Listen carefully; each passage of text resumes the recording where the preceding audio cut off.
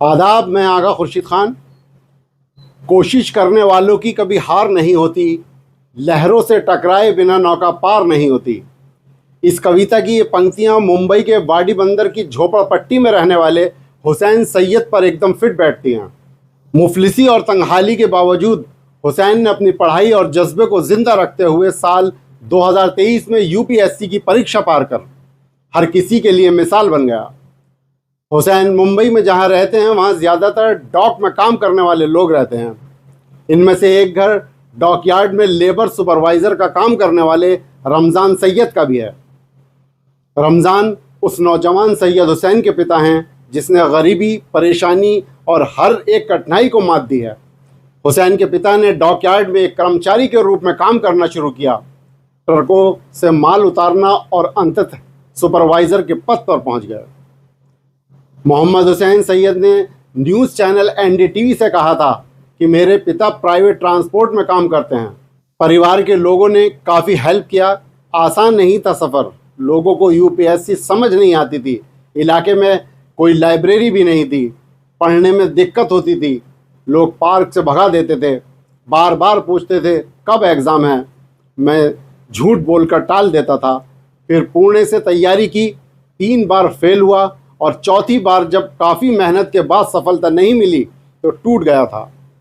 लेकिन परिवार के लोगों ने हौसला बढ़ाया और फिर से परीक्षा दी। उसके बाद मुझे 5वीं बार में सफलता मिली।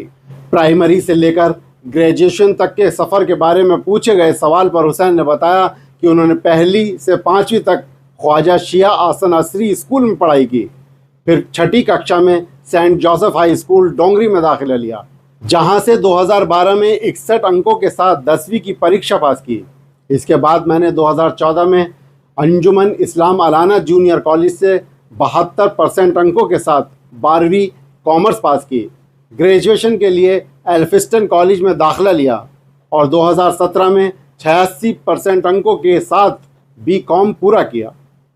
2018 में उन्होंने पहली बार यूपीएससी की परीक्षा दी। पहले प्रयास में प्रीलिम्स पास कर हुसैन मुख्य परीक्षा तक पहुँचे, लेकिन इससे आगे नहीं बढ़ पाए। इसके बाद लगातार 4 साल तक यही हाल रहा। हुसैन प्रीलिम्स तो पास कर लेते, लेकिन मेंस एग्ज़ाम में फेल हो जाते। इसी दौरान उन्होंने भारतीय हज कमेटी के सिविल सेवा आवासीय कोचिंग संस्थान में एडमिशन ले लिया। साल 2022 में यूपीएससी के लिए मोहम्मद हुसैन का 5वां प्रयास था। पिछले 4 साल की तरह उन्होंने प्रीलिम्स परीक्षा आसानी से पास कर ली। मेंस परीक्षा का नंबर आया तो इस बार हुसैन यहाँ भी सफल हो गए। मोहम्मद हुसैन ने पूरी तैयारी के साथ इंटरव्यू दिया। रिजल्ट आया तो मेरिट लिस्ट में उनका नाम था। हुसैन ने ऑल इंडिया रैंक 570 हासिल की थी। सीमित संस्थानों के बीच हुसैन की यह कामयाबी अपने आप में ख़ास थी। हुसैन बताते हैं कि यूपीएससी करने का विचार उनके मन में कैसे आया। मेरे पिता अनपढ़ हैं, उनका बचपन ऐसे इलाके में बीता जिसे कभी अपराध का गढ़ माना जाता था। मेरे पिता ने मेरे भाई बहनों को उच्च शिक्षा देकर सरकारी अधिकारी बनाने का सपना देखा था। वो मोहल्ला समिति के सदस्य थे, इसलिए वे थाने द्वारा आयोजित कार्यक्रमों में भाग लेते थे। जब मैं स्कूल जाता था तो मुझे सरकारी दफ्तरों में जाने का मौका मिलता था।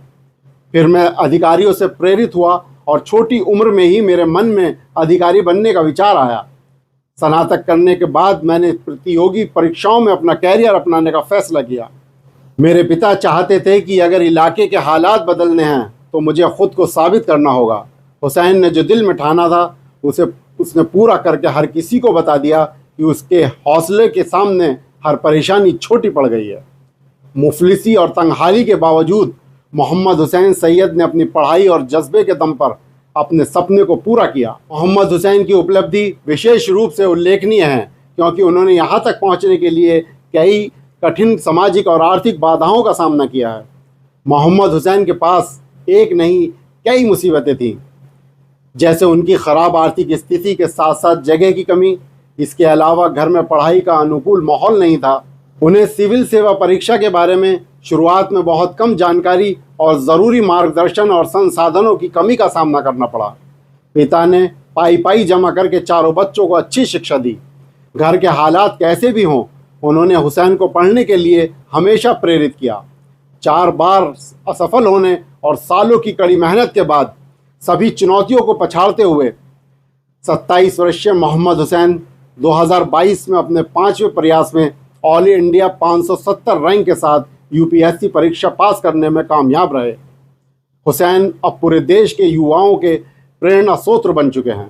उनकी कहानी न जाने कितने युवाओं को हौसला दे रही है। तो अब आप ही बताइए, क्या गरीबी और मुसीबतें ज़्यादा मायने रखती हैं या आपकी कुछ कर दिखाने की जिद?